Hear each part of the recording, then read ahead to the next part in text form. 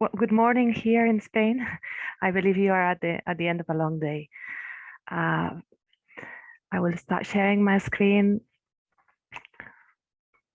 Okay.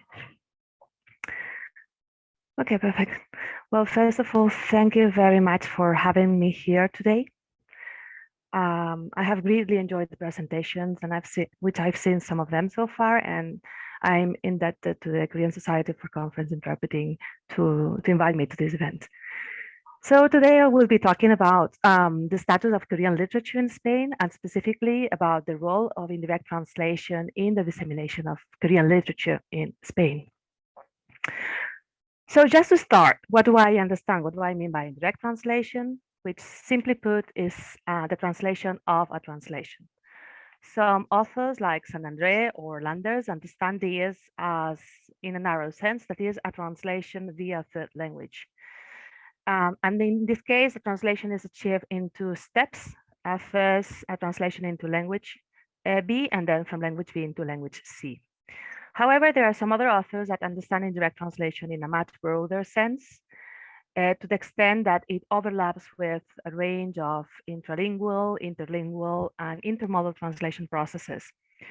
So we could understand retranslation, adapting the text to a new audience to be indirect translation, but also back translation, translating back to the source text, support translation, which is using parallel target text in a foreign language to look for alternative readings, or even compilative translation, which is translating not from one, but from multiple source texts. During this presentation, I will be alluding to both definitions of indirect translation, and I will indicate whether I'm discussing it in the strict sense or in the broad sense. So indirect translation, if we look at recommendations by societies and associations of translators, mostly they will say that we should avoid it. Most often their quality has been disregarded because if something is lost in translation, twice as much is lost in indirect translation. Still, indirect translation happens. So why does it happen? One of the older and main claims is the lack of translators in certain times or language combinations. Often, logistics are considered a key aspect to invest in indirect translation. For example, setting up interpreting for very large conferences with multiple languages involved is only possible by using relay interpreting. Within this type of justification, efficiency is also argued as a reason to use indirect translation. In subtitling, pivot templates are presented as a way to waive the technological requirements of the target text subtitler. So it allows for the subtitler to focus on the linguistic transposition. Moreover, in this way, the pivot templates becomes a control source text, and this can speed up the process and make it more cost efficient despite the resulting concerns on quality and ethics. And finally, considering indirect translation in a broad sense, literary translators would often look at translations in other languages as documentation, just to confirm alternative readings or solutions to obscure source text excerpts. Also, previous translations can work as support material for marketing and for distribution. What does it mean for today's translators? I think we have discussed the first example here. These are two Korean cultural products which have been successful in Spain, and both of them have been indirectly subtitled. Well, in the case of the Squid Game, you might have followed the controversy of the English subtitles. In Spain, this was followed by a controversy on the Spanish subtitles because they were not just translated from the English, but they were machine translated with post-edition. So these were two cultural products that could have fallen in the hands of Korean Spanish translators, but it did not happen. Now, do the previous reasons I explained for indirect translation apply to Korean Spanish literary translation? Well, I don't think we can claim a lack of translators from Korean to Spanish any longer. There is a growing pool of qualified translators, not only those who come from the Korean Literary Translation Institute, but also from BA and MA degrees both in Korea, in Spain, and in other Spanish-speaking countries. Also, it's really hard to justify indirect translation in literature on the basis of logistics. There are very few instances in which literary publications have to be released at the same time as any other product. And even if it's a question of time, it takes as long to translate from Korean as it does to translate from English. However, it is true that there could be an instinct to keep track of certain translation strategy or a desire to cut down on costs, but I think not a question of time. What should be taken into account is the previous success of a given work in another language as a factor when publishers select book for translation. So some books were translated into Spanish only because there was a previous version in another language. And still, these are just speculations. So to actually see what happens, look into the status of indirect translation in the literary circulation of Korean books in Spain and how it affects stakeholders in the Korean-Spanish translation flow, I look at some data. I will first present the status of Korean-Spanish literary translation by looking at how many volumes have been published so far in Spanish and in Spain. Next, I will evaluate how many of them are indirect translations, either in the strict or the broad sense. And finally, we will try to isolate what factors come into play to encourage or discourage indirect translation, and what are those effects of these decisions on the publication system. So let's first look at some translation figures. Translation data comes from the Literary Translation Institute database, plus the ISDN Spanish database, cross-referenced with the catalog of key publishing houses in Spain and Latin America. According to this, there are 167 works of Korean literature published in Spanish. These figures do not include illustrated books, graphic novels, or manga. For some decades, there has been parity in publications in Spain and Latin America, both sides of the Atlantic Ocean, with some key publishing houses very much investing in Korean collections. However, as poetry, drama, and children's literature tend to follow very peculiar translation processes, they can even be considered a field in themselves.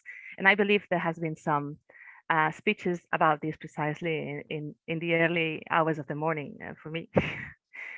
So I decided to center my research on fiction, where indirect translation is much more likely to happen. This leaves us with a total of 91 volumes, 62 in Spain and 29 in Latin America. However, if you remember, my objective in this research was the status in Spain. Therefore, I will focus only on those 62 volumes of fiction published in Spain, which led us to the next step. How many of those 62 are actually indirect translations? So if we consider indirect translation in a strict sense, there are only 7 books which were translated from English or from French, which is 11%. That is not much, is it? Well, if we look at indirect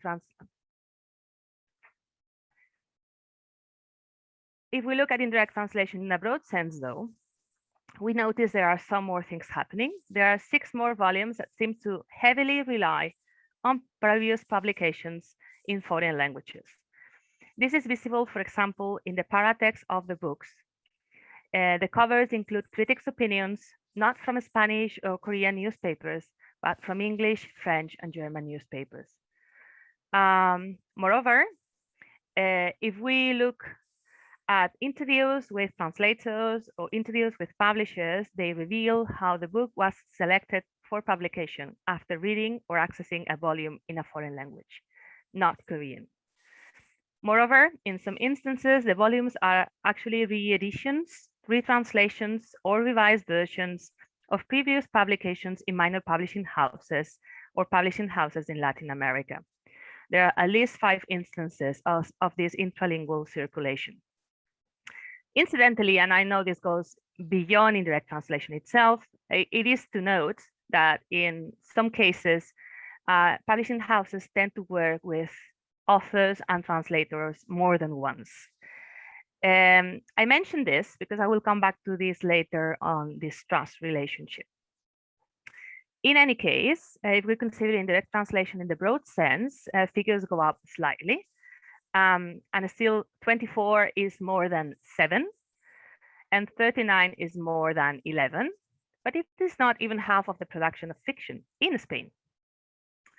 So before rushing to conclusions and completely disregarding indirect translation as a peripheral phenomenon, let's look at when and where indirect translation happens. So first, I looked for a correlation with time. Is it some sort of norm of the present or a norm of the past? Figures do not point in any specific direction at all. And even if we consider that for 2022 there are only 3 publications, it's too early to make any conclusions. Even if we break it down in 5-year periods, which I'm not presenting the data here, it does not offer any specific conclusion. So it does not seem to be a norm of the field. Even if we look at indirect translation in a broader sense, we consider it seems to be a bit more common in the past decade, but still figures are too close to actually draw any conclusions. So then let's look at the features of the publishing houses. Who uses indirect translation? And if we look at this, we can see that it's mostly large publishers. Why is this relevant? Several authors have argued that the book market is structured around small scale and large scale circulation. Larger scale circulation is ruled by the market and aims at accumulating economic capital, while small scale production can give priority to other aspects in order to obtain symbolic capital. So is there a correlation with the size? For this is clearly the case for the strict sense in indirect translation. And I have to say, when I say large publishers, I mean publishers in the top 10 of by revenue in Spain. And the ones I mark in yellow are the ones who have published these indirect translations. But if we look at translation on a broader sense, we notice that still is main publishers who are using it, although we notice that many more smaller publishers rely on translations or versions in other languages, either for their selection or their marketing aspects. Let's then see who pays for indirect translation. Is indirect translation subsidized at all? And mostly we discover that there's no correlation with subsidies. According to previous research, translation or publication subsidies can be a factor in risk assessment when selecting a book for publication. And as you can see, in the strict sense, most indirect translations have not received any kind of subsidy. But even if we look at it in the broader sense, indirect translation does not rely on any external funding. So all in all, we can see that indirect translation is clearly linked to major publishing houses. Therefore, the most likely scenarios are not the lack of translators, but continuous collaboration with certain translators, even in-house translators, who tend to work with English or French. That is, hiring a Korean translator is a risk. Incidentally, just a reminder that there is a tendency among publishing houses, whether smaller or bigger, to collaborate with a translator more than once. And this relates to a 2012 survey among publishers of foreign fiction in Europe, in which finding a reliable translator was the most important cause for anxiety for the publishers, followed by judging the quality of the original work. So in this case, securing a translator or working with someone you already trust is a risk-reducing strategy. Next, organizational purposes, do they affect us?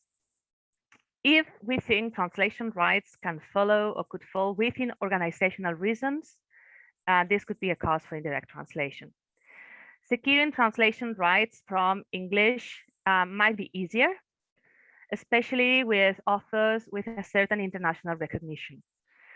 We would assume here these big agencies already had previous ties or collaborations with the big publishing houses. Moreover, for works that are potential bestsellers, translation rights tend to be higher, thus making it really hard to achieve for some independent publishers.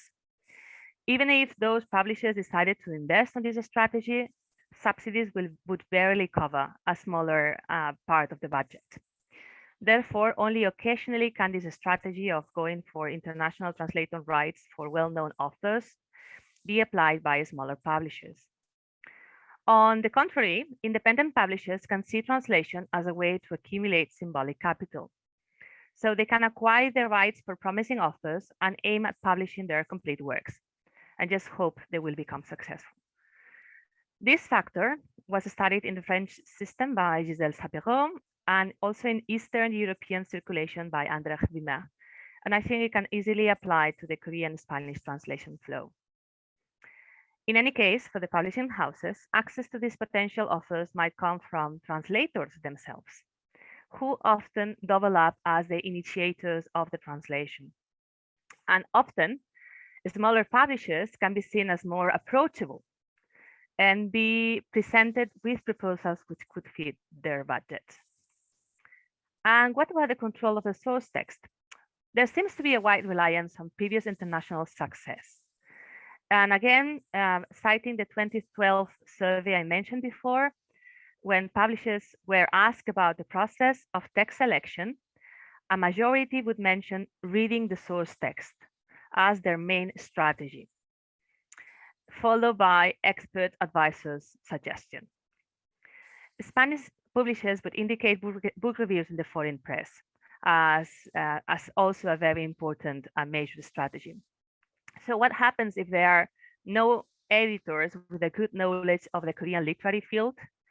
Major publishing houses might invest only on already translated text in English or French. The consecration of literary works by this center is what it allows for it to circulate to the periphery. And yes, in this case, Spain is periphery. This also allows for a certain control of the source text. That is, the editors themselves can decide on the relevance of the work for the publishing house by reading the text in English or French, sometimes German. So finally, let me address the question that ignited this presentation. Should potential Korean Spanish literary translators worry about indirect translation? After so many years of learning Spanish or learning Korean and learning how to translate, does the investment pay off? Well, I don't think they should worry in the short term. Indirect translation is not the majoritarian option, as figures have shown. Therefore, there are many chances to keep on translating with this language combination for the years to come.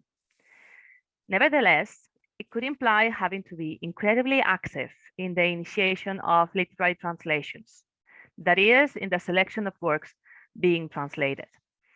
All in all, the Korean-Spanish scenario seems to be a case of multiple mediation, where translation is started from several sources.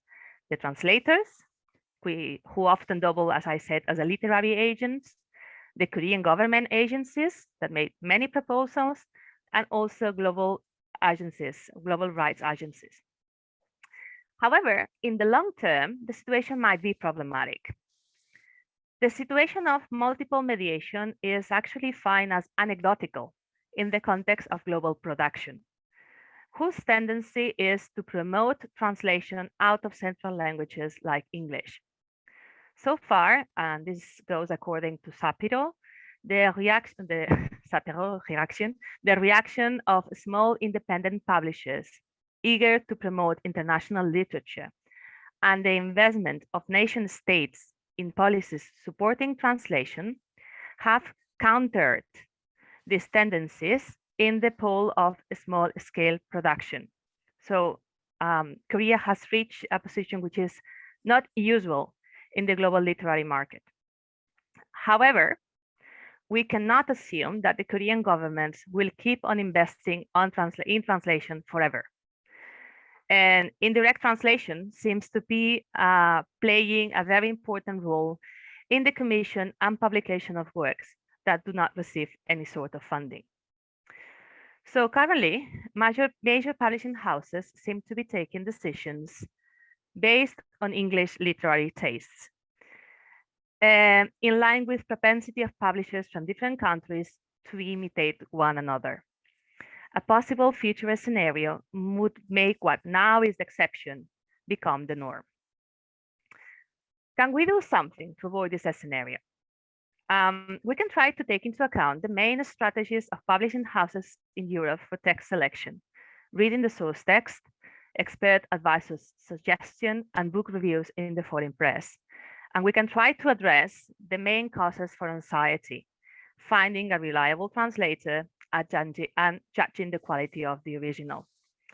And obviously, all the work which has been done to promote Korean literature in a diversity of languages, not only Spanish, not only English, seems to be very useful to address text selection strategies.